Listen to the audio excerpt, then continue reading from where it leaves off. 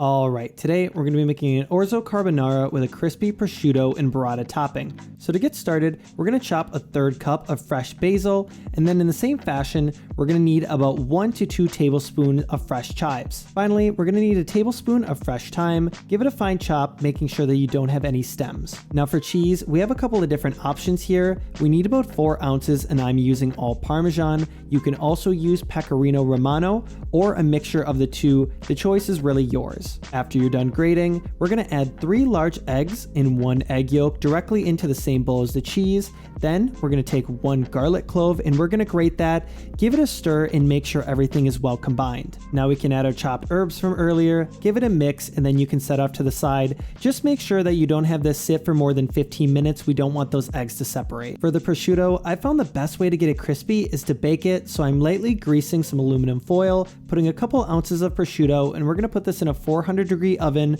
for about 10 minutes. You can now begin boiling your water for your pasta. We want this really salty before we add in a pound of orzo and cook for about 5 minutes. Once our prosciutto's finished, we're going to pull it out of the oven and let it sit for a minute to get extra crispy.